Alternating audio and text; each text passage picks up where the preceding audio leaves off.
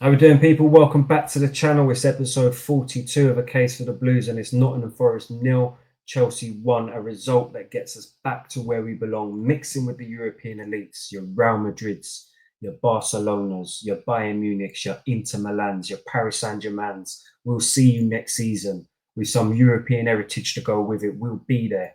What a result that was from the lads yesterday to get the job done and secure that full spot. Results went our way elsewhere, but fuck it. We done our job. We done our job yesterday, and fair play to them. And you know what? I've got to give these players, and especially the manager, their props, because I thought after the Arsenal away game at the Emirates where we lost, I thought, you know what? This is looking bleak. Looking at our run of fixtures towards the end of the season, I think it was the last 9 games. I'm looking at it thinking this is probably the hardest out of all of them. Looking at all the others around us and who they've got, how they're playing, how we're playing. I did a season predictor based off of it, and I had us finishing 7th. Thank God I was wrong. Thank God I was wrong. But ultimately, in the end, the players, the manager picked up form right when we needed to, and we got the job done. I'm absolutely buzzing with this team. Absolutely buzzing, because that's what matters. At the end of the day, I'm a big advocate for win the league by any means necessary. You can stink your way all the way out. 36 games, you can stink the place out. But if you win that title, that's all that matters. Nobody cares about how it was done. And I've got to stick with that. So fucking well played. Well done to the manager and well done for the players, because they achieved something that, even myself doubted was possible. All the pundits, everybody else writing us off before the game, they've achieved Champions League football right where we belong, back to where we belong. If you watch it wasn't all doom and gloom from me, myself. If you've been watching my previous streams, you would have seen there was a point in time during these fixtures where the confidence started to creep back into this team and where we was going to finish. And that was probably around the time we beat Liverpool. I started to think we were playing better. We looked more composed. Sorry. We looked stronger on the pitch. And looked like we had a little bit of game management about us. And I started to believe this was possible. I'm looking at other teams around us as well. They're starting to dip in form. And even after the Newcastle loss, I saw something about them, some fighting spirit. I saw the manager making tactical tweaks when things weren't going our way. And, I started to think, you know what, like we're onto something here. We're starting to really put in performances that we were at the start of the season. Obviously difficult having Jackson suspended for the last 3 games, and obviously we struggled to score as it is in the second half of the season. But ultimately, I think the main thing is we installed some game management and some composure about what we was doing, something that I think we seriously lacked last season. And for such a young team, I think the word that I should be using is mature. I think we put in some very, very mature performance, especially yesterday's game. And I say yesterday's game, I'm putting this match reaction out late because yesterday I was travelling from Nottingham, funnily enough. I was up there on a stag do. By the time I got home, I was too tired. I couldn't do a live stream, so sorry about that. But I thought I've got to get a match reaction out to speak about what we've done here.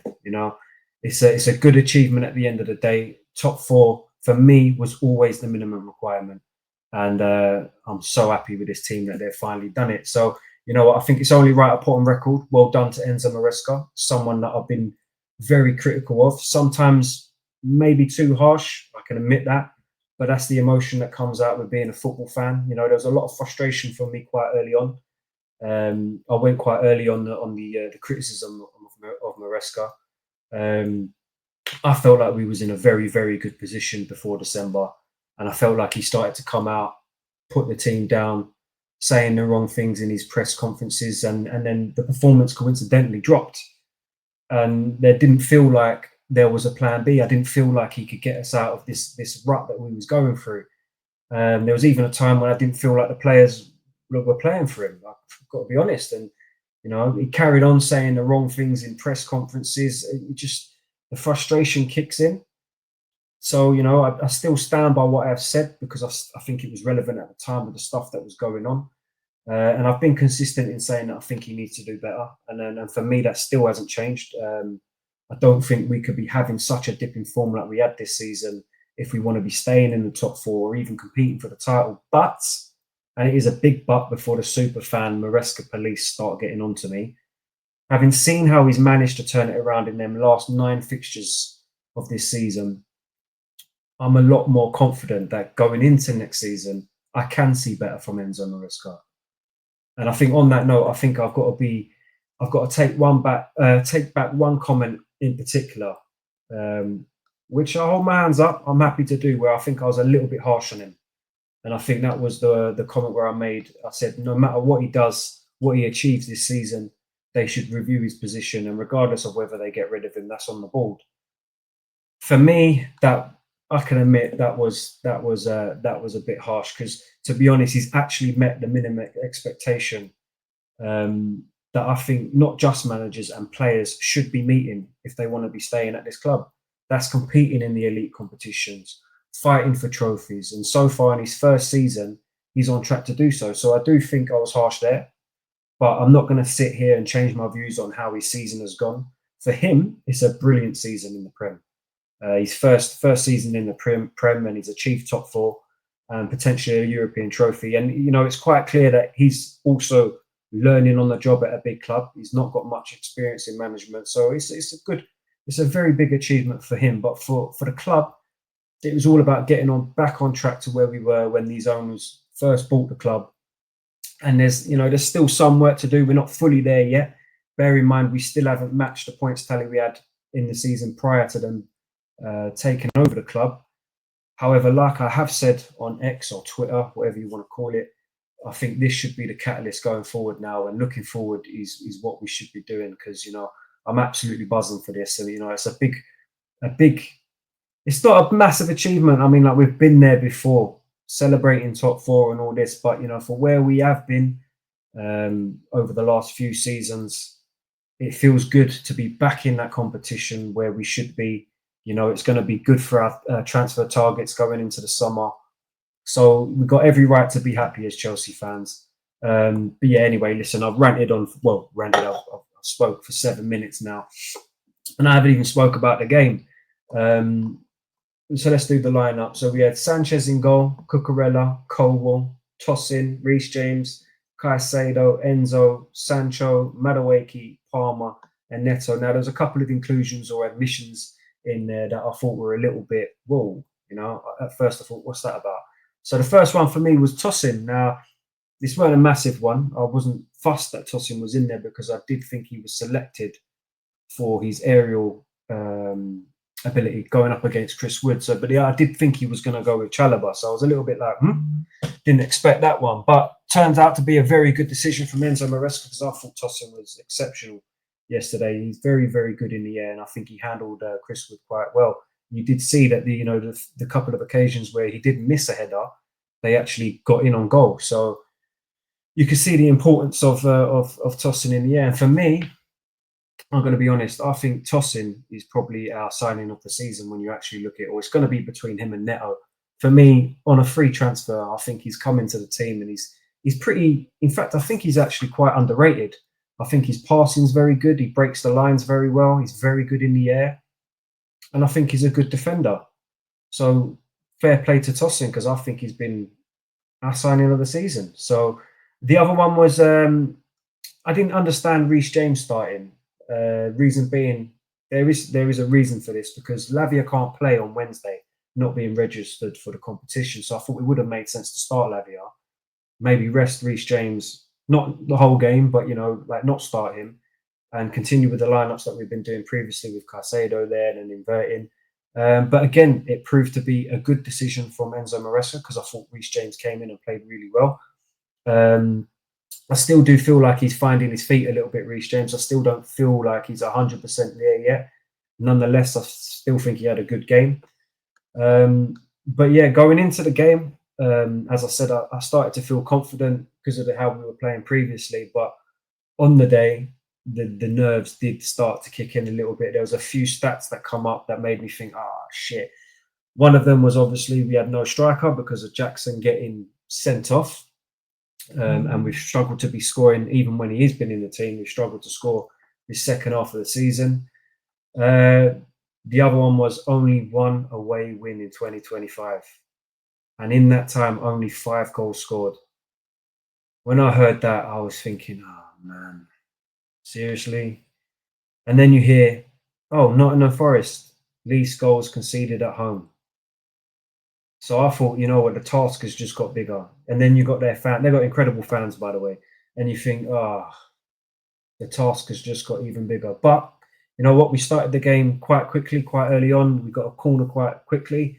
And then it was only 1 minute of confusion, which led to Forest's first chance. I think it was Neto and Caicedo in the middle. The ball bounced. They didn't know whether to go for it or not. And then Morgan Gibbs White was through down on the right hand side where Reece James was out of position. But in the end, it was defended well. But for me, at that point, it felt like, you know what, that gave Forest a little bit of confidence now to turn it up a gear.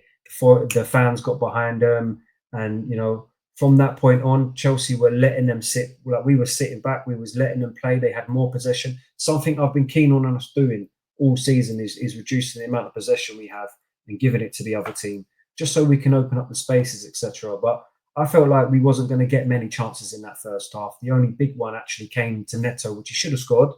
And Chris Wood, obviously, having another chance down the other end, he should have scored. But it wasn't the best of halves.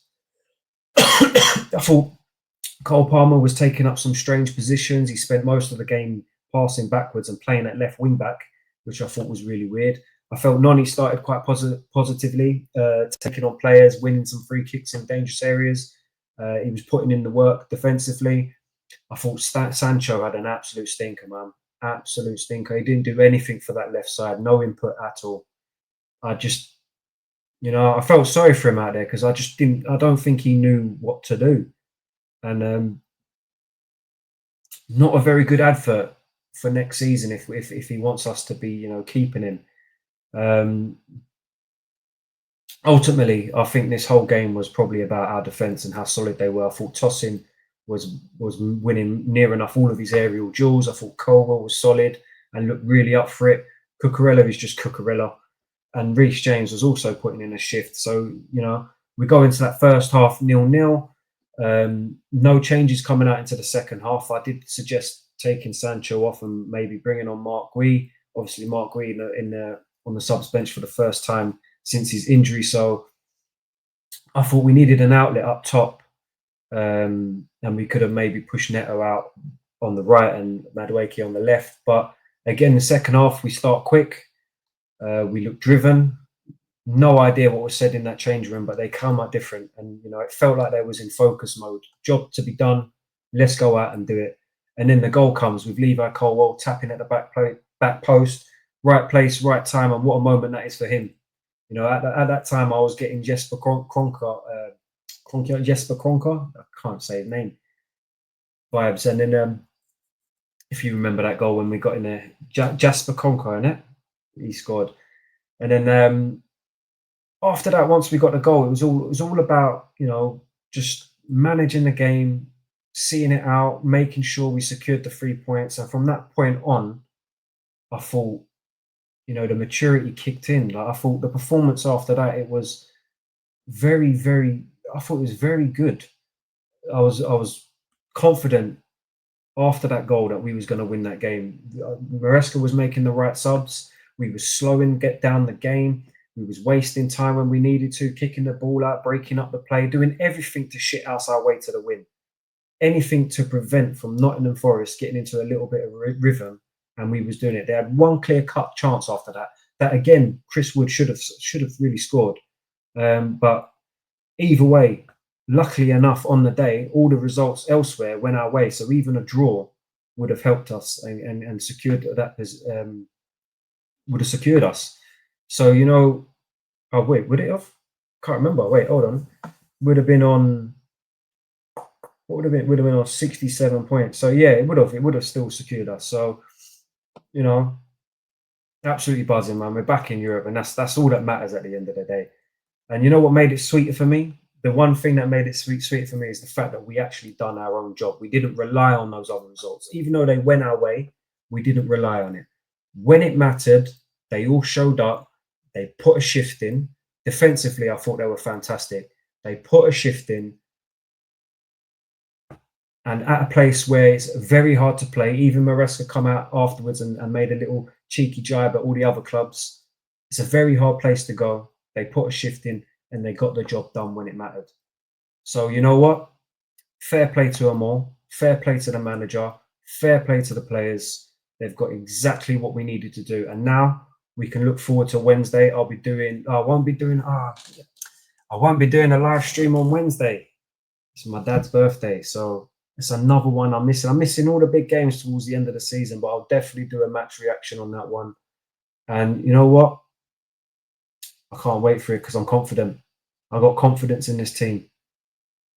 You know, there's been questions throughout the season about their mentality, about whether they're good enough. Are they too young? Yesterday, they fucking proved it. So fair play to Chelsea. We're back in Europe. I'll catch you on the next one. If I can turn it off.